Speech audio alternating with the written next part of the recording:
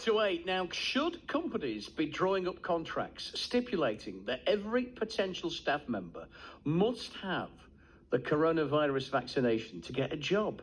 Can they do that? Some businesses have said that they're going to go along this route and are looking at including it in details of the contract. And while you can understand in some sectors, in care and health and things like that, it may be more of an issue than others. And legally, morally, ethically, can you do it? Can potential employees really say, no jab, no job? Let's find out. Stephanie Hayden is a London-based lawyer and is with us this morning. Stephanie, good morning. Good morning, Graham. Can companies do it? At the moment, we need to divide this up into two things. Are you already employed or are you not? If you're already employed, I would argue that it's unlawful. An employer can't unilaterally change the contract of employment. It gets more interesting if you're a potential employee. And there, this is where the argument is focusing at the moment. Now, in some sectors of the economy, I'm thinking, for example, care home sector, possibly the charity sector working abroad, getting a vaccination could very well be considered a reasonable requirement for the role you're applying for. However, if a company wanted to bring in a blanket policy for whatever role that you're applying for, that, I would argue, would be unlawful. Right, okay. So let's say I work in a care home, and if I work in a care home, I would have been offered the jab by now. But I refuse it because I don't believe in it. Could the care home sack me? And if they do, that would be unlawful?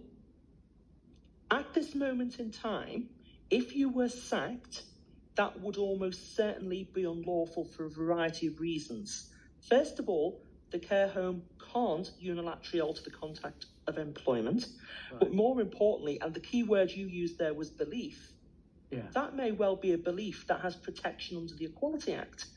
However, going forward in the future, it could become a reasonable management instruction for you to be vaccinated to perform that specific role. And that's where the legal boundaries will no doubt be tested, because this will ultimately end up in the Employment Tribunal, I believe. Well, okay, yeah. But my belief would be, if you go by the science, don't you? But also, if you have a loved one in a care home, if someone's looking after my dad in a care home, I would want them to be vaccinated. So this is a legal minefield, Stephanie, isn't it? Oh, it is a legal minefield, and the boundaries of any such policy are going to be tested. So in the example that you've given, where you're already employed, and let's say you refuse to get the vaccine because of your beliefs, whatever they are, right, and you're dismissed, then that's almost certainly going to the Employment Tribunal for potentially an unfair dismissal case. Right, okay.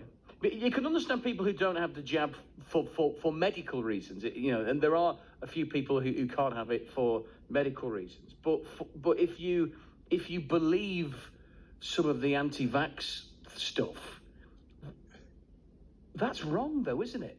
You may have that belief, but it's a wrong belief. Well, that's not for me to comment on. I'm addressing the law. The law, yeah. That would ultimately be a matter for the courts to decide. But however, the Equality Act does protect beliefs, and some of them are very, very, wide-ranging. Yeah. But ultimately, of course, the courts will resolve this. Oh, well, here we are. Stephanie, thank you for joining us this morning. It's a good job I'm not a lawyer. Charlie, that could have been you then. Charlie did law at Lancaster University, got a really good degree as well. And now you're doing this.